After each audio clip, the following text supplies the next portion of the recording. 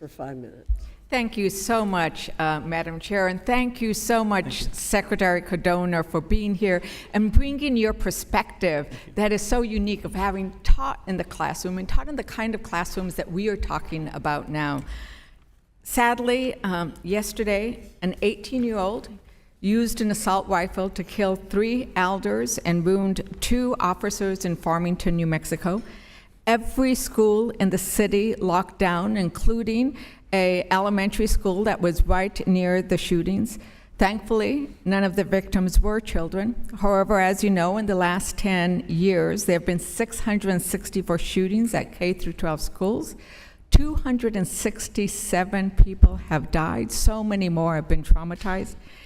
I believe it is heartbreaking and irresponsible that the majority of Republicans refuse to take action on an assault weapons ban. Secretary Cardona, do you agree that banning assault weapons would decrease the number and severity of school shootings in America? I do. So I also believe, thank you very much, and thank you for standing with our children. It is ridiculous that children have to be afraid of going to school, that their parents have to live in fear every time they drop their children off, and that what happened in Farmington, that you are no longer safe just driving down the street of your neighborhood.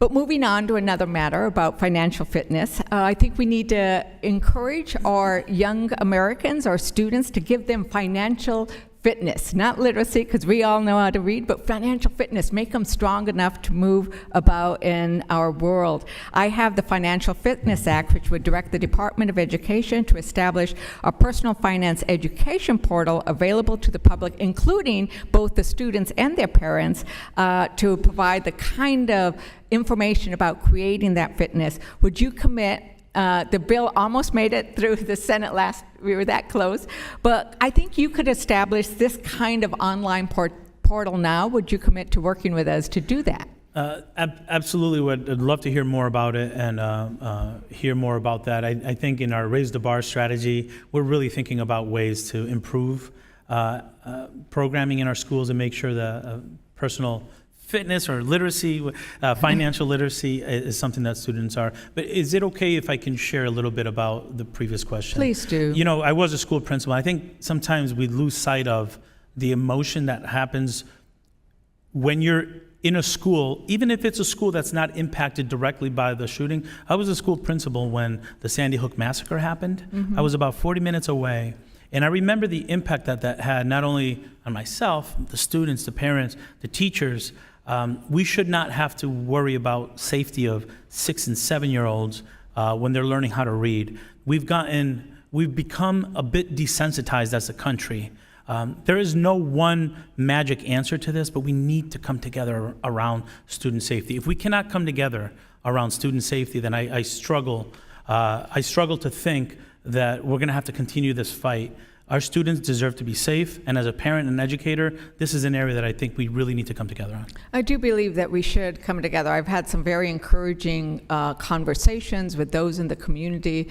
This 18-year-old was supposed to graduate today. He will not. The law enforcement did a heroic job of responding and minimizing the damage. So it is extremely heartbreaking. But going back to things that are less heartbreaking, but more about promise and opportunity, because that's our job, is to create possibility for our students, to remove obstacles. We don't have disadvantaged students. We have students who have aspirations, and we need to help them get there, right? Yeah. And so I am introducing the America's College Promise Act, which would provide tuition-free college for students at community colleges, and especially support low-income students who transfer to TCUs, HBCUs, MSIs, Hispanic serving institutions. That's what we have in New Mexico. Almost every single one of our higher education entities is minority serving institutions. Could you please discuss the need for 2 years of free community college, what that would mean to students and their families? Sure, and I recognize the time is creeping up here, but it's economic mobility for the child, for the student, for their families, for their community, for their state. Education and getting the skills that they need to have higher higher paying jobs and contribute to the economy is something that we should all want. To me, universal community college is an investment in our local economy and in our nation's economy. Thank you very much, Secretary. And I do share everyone's concern about McCarthy's Default in America Act and the devastating cuts it would mean to education funding, but I've run out of time, so I yield back, Madam Chairman.